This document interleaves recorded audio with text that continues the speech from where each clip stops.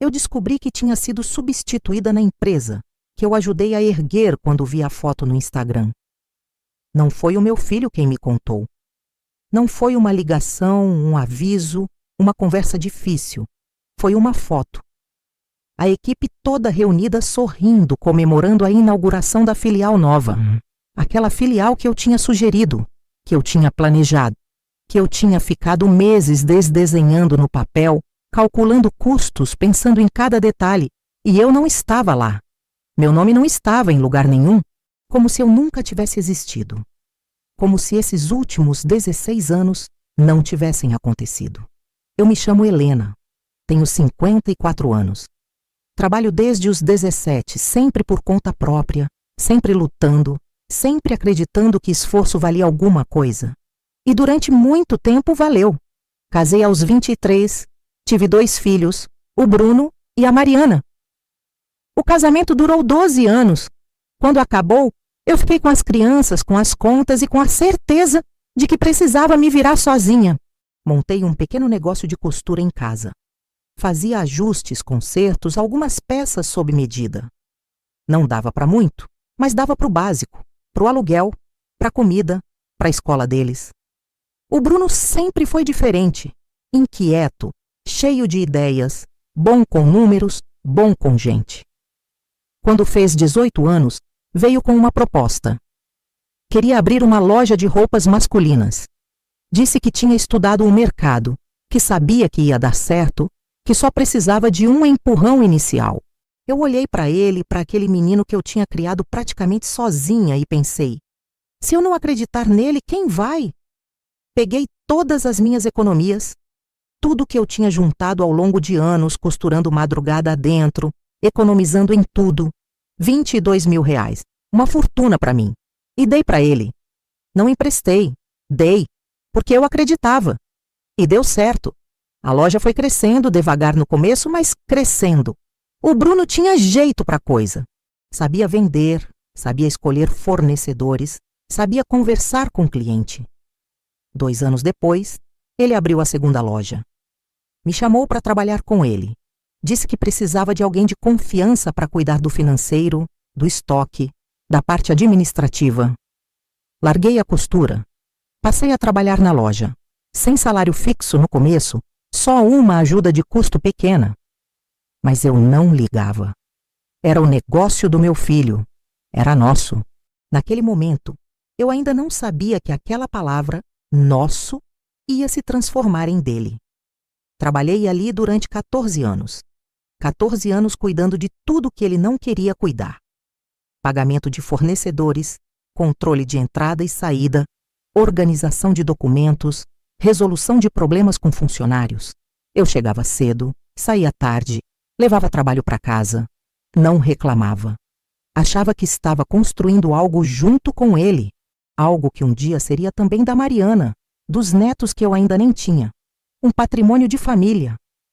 Mas família, eu descobri, é uma palavra que muda de significado dependendo de quem está falando. Há 3 anos, o Bruno se casou com a Camila, uma moça bonita, educada, formada em administração, simpática na superfície, mas com aquele jeito de quem mede tudo, de quem calcula cada palavra, cada gesto. No começo, ela vinha na loja de vez em quando, conversava comigo, perguntava das coisas, fingia interesse. Eu achava que estava tudo bem, achava que ela me respeitava, que entendia que eu era importante ali. Mas logo percebi que as perguntas dela não eram para aprender, eram para avaliar, para mapear, para encontrar onde eu estava e me tirar de lá.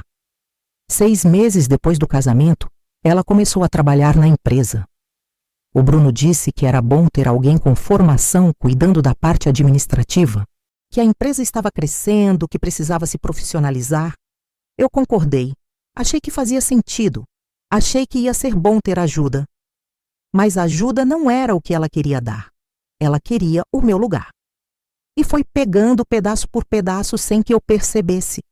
Primeiro ela assumiu a parte de compras, depois a gestão de pessoas, depois o financeiro.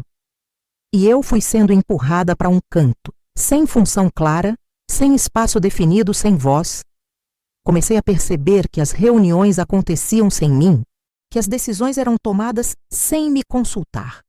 Que quando eu falava alguma coisa, o Bruno olhava para Camila, esperando a aprovação dela antes de responder, como se eu tivesse virado uma estagiária, como se a minha opinião não valesse mais nada. Eu tentei conversar com ele algumas vezes. Tentei dizer que me sentia deslocada, que não entendia qual era o meu papel ali. Ele sempre dizia a mesma coisa, que eu estava exagerando, que a Camila só estava ajudando, que eu continuava importante. Mas importante para quê? Para passar o dia sentada numa sala pequena, organizando papéis que ninguém lia. Isso já aconteceu com você? Conta nos comentários. No ano passado, começaram a falar sobre abrir uma terceira loja, numa cidade vizinha, num bairro em crescimento. Eu tinha sugerido aquele lugar 2 anos antes. Tinha feito pesquisa, levantado dados, mostrado que fazia sentido. Na época, o Bruno disse que não tinha dinheiro ainda, que era melhor esperar. E agora, de repente, a ideia voltou. Só que não era mais minha ideia. Era da Camila. Ela apresentou o projeto numa reunião com fornecedores, falou dos números, das projeções, de tudo que eu tinha levantado. E o Bruno olhou para ela com aquele orgulho, aquele brilho nos olhos que ele costumava ter quando olhava para mim. Eu fiquei calada, porque já não adiantava falar. Já não adiantava lembrar que a ideia tinha sido minha, que eu tinha passado noites pesquisando, calculando, planejando, porque no mundo deles, no mundo que eles estavam construindo juntos, eu não existia mais. Eu era um fantasma andando por corredores que eu mesma tinha ajudado a criar. E o pior de tudo era que ninguém parecia notar. Ninguém parecia se importar. Nem o Bruno, nem a Mariana, que trabalhava na loja de vez em quando, mas nunca se posicionava. Ninguém. A inauguração da filial nova foi marcada para uma sexta-feira de tarde. Eu soube, pela Mariana. Ela comentou de passagem, enquanto tomávamos café na minha casa. Disse que ia ser um evento grande, com clientes, fornecedores, imprensa local. Perguntei se eu ia receber o convite. Ela ficou sem graça. Disse que achava que sim, que o Bruno ia falar comigo. Mas o Bruno não falou. Os dias foram passando e nada. Nenhuma ligação, nenhuma mensagem, nenhum convite formal. Até que na quinta-feira, um dia antes do evento, eu liguei para ele. A voz dele estava apressada. Disse que estava ocupado, que tinha muita coisa para resolver. Perguntei sobre a inauguração. Houve um silêncio breve. Depois ele disse, com aquele tom de quem está tentando ser delicado, mas só consegue ser condescendente, que achava melhor eu não ir, que ia ter muita gente importante, muitos clientes novos, que a Camila tinha organizado tudo, e ele não queria atrapalhar o trabalho dela. Não queria atrapalhar. Como se a minha presença fosse um problema. Como se eu fosse um estorvo, uma vergonha. Eu desliguei o telefone. Sentei no sofá da sala. Fiquei olhando para a parede. Não chorei. Não consegui. Só senti um vazio enorme, como se alguém tivesse arrancado alguma coisa de dentro de mim e deixado um buraco no lugar. Aquilo que eu tinha ajudado a construir não era mais meu. Aquilo que eu tinha dado anos da minha vida, economias, esforço, dedicação, não me pertencia. Eu tinha sido apagada, substituída, descartada. E o meu próprio filho tinha sido quem segurou a borracha. No dia seguinte, fiquei em casa. Não liguei a televisão. Não olhei o celular. Tentei me manter ocupada. Limpei a casa, organizei armários, fiz comida que ninguém ia comer. Mas à noite, quando já estava quase conseguindo não pensar, a Mariana me ligou. A voz dela estava estranha, meio tensa. Disse que tinha acabado de ver uma foto no Instagram, que eu precisava ver também, que ela achava que eu tinha o direito de saber. Abri o aplicativo, procurei o perfil da loja e lá estava a foto. Dezenas de pessoas sorrindo na frente da loja nova. O Bruno no centro, de terno, ao lado da Camila, que estava impecável, radiante. Os funcionários em volta, clientes, fornecedores. Todo mundo feliz, todo mundo celebrando. e embaixo a legenda. Uma legenda longa, emocional, falando sobre sonhos realizados, sobre trabalho em equipe, sobre família. E no final, os agradecimentos. O Bruno agradecia a Camila, agradecia os funcionários, agradecia os parceiros, agradecia todo mundo, menos eu. Eu li aquilo 3 vezes, tentando encontrar o meu nome, tentando acreditar que tinha pulado alguma linha, que tinha lido errado, mas não tinha. Eu não estava ali, nem na foto, nem no texto, nem em lugar nenhum. 16 anos de trabalho, de dedicação, de renúncia, resumidos a nada, a um silêncio, a uma ausência, como se eu nunca tivesse existido, como se tudo que eu fiz não tivesse valido nada. Se essa história está te tocando, deixa o like e compartilha com alguém que precisa ouvir isso. Os comentários na publicação eram todos elogiosos.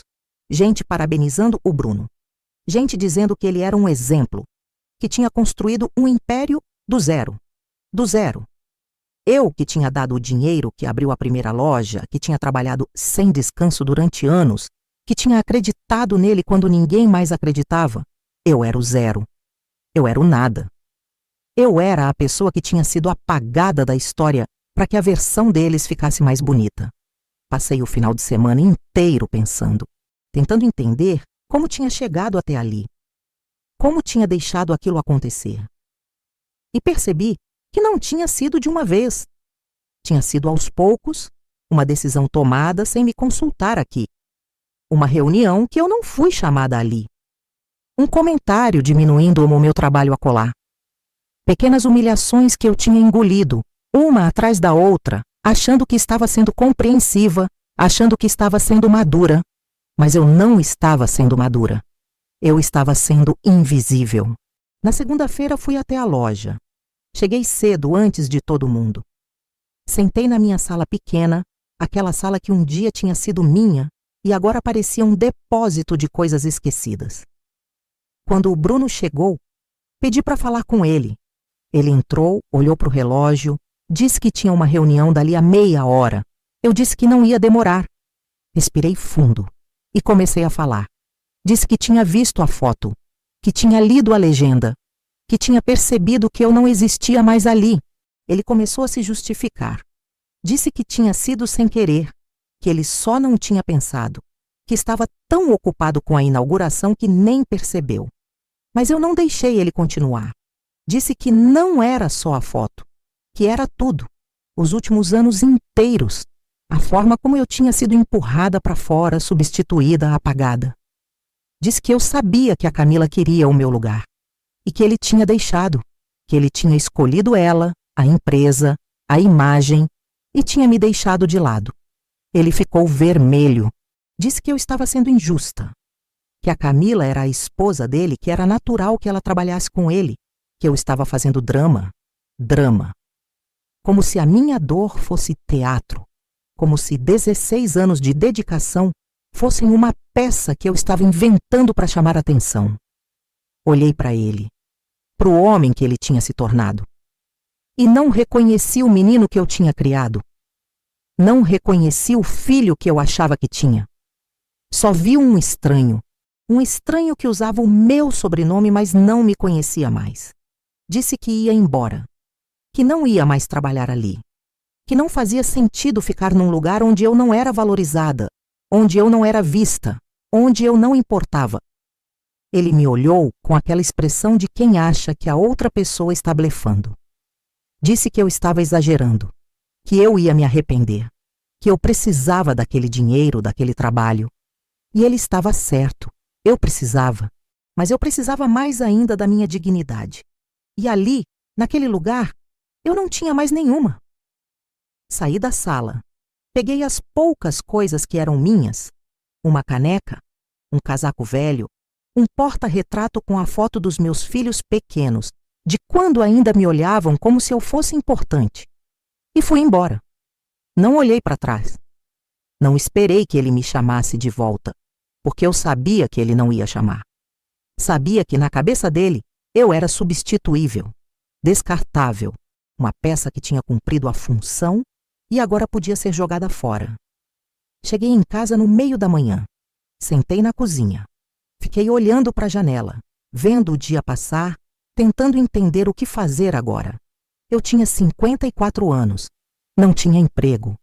Não tinha fonte de renda fixa. Tinha algumas economias, mas nada que durasse muito tempo, hein?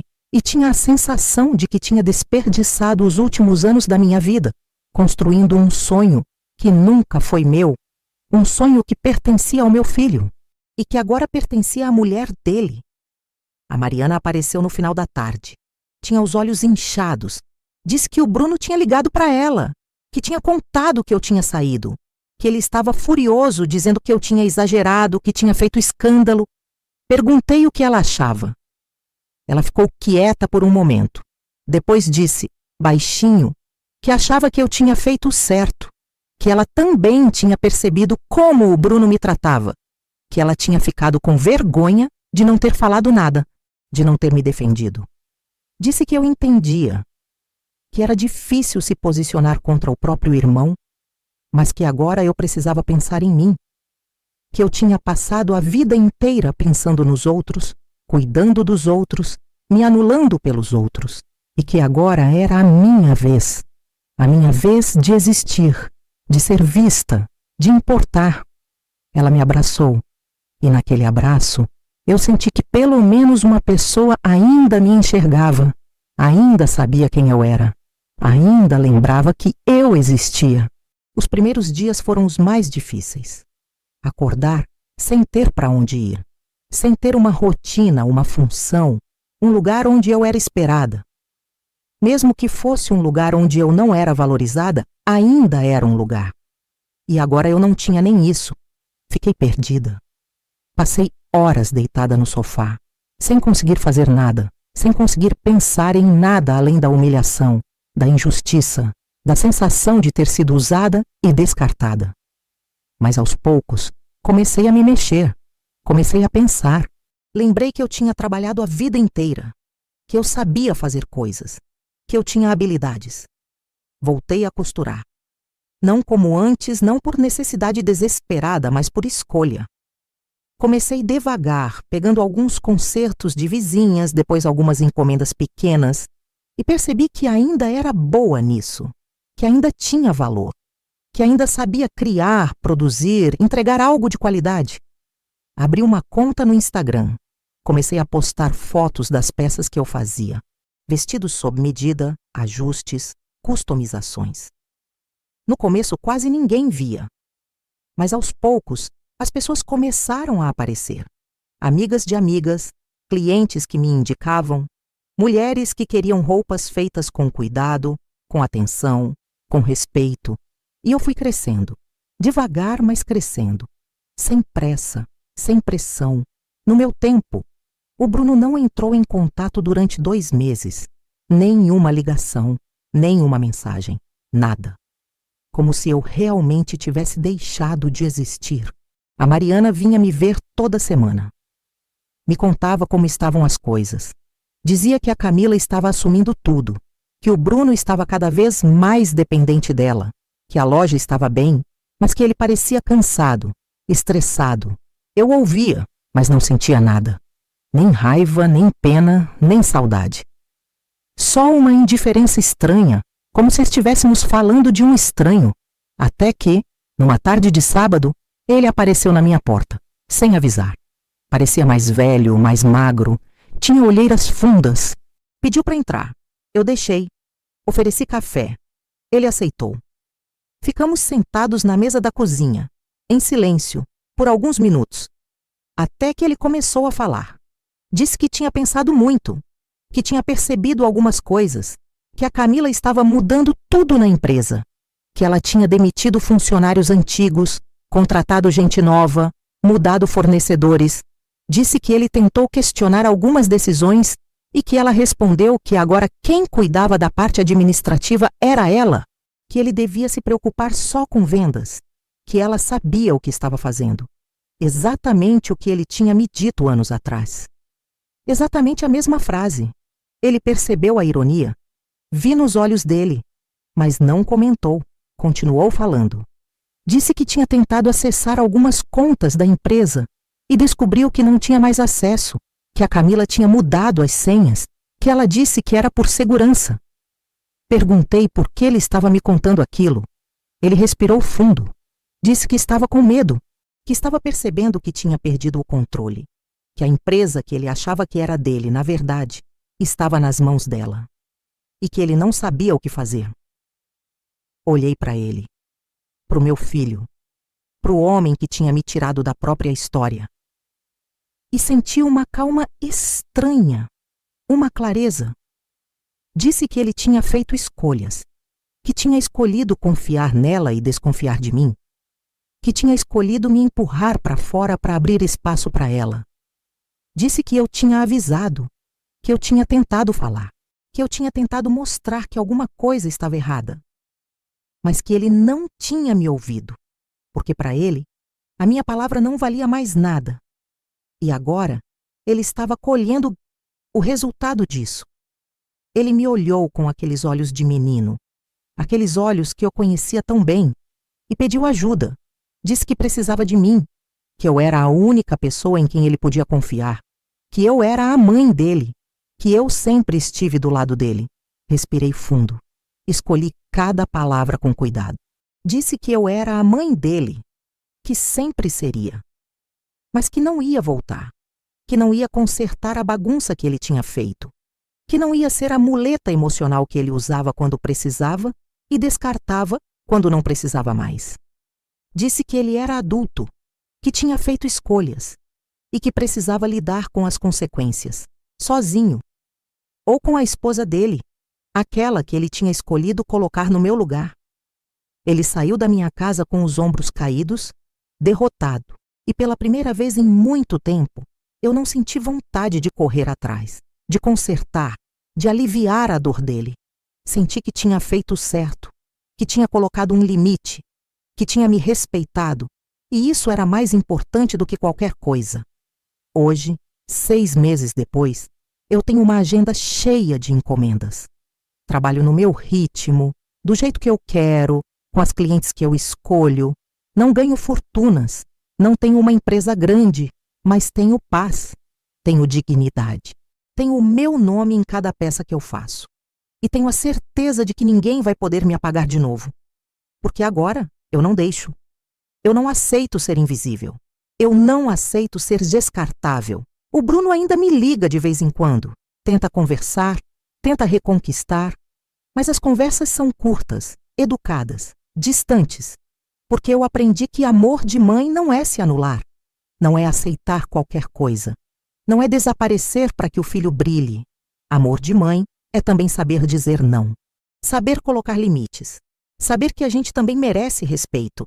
E que se ele não consegue me dar isso, eu posso viver sem. Eu não sei o que o futuro reserva. Não sei se um dia a gente vai conseguir reconstruir alguma coisa. Mas sei que se isso acontecer, vai ser nos meus termos. Com respeito, com valorização, com presença real. Porque eu não volto mais para lugares onde eu preciso implorar para ser vista. Eu mereço mais do que isso. E qualquer pessoa que tenha passado por algo parecido também merece. Se essa história tocou seu coração, compartilhe para que mais pessoas aprendam. Comenta de que cidade você está assistindo e se quiser mais histórias assim, se inscreve no canal e ativa o sininho.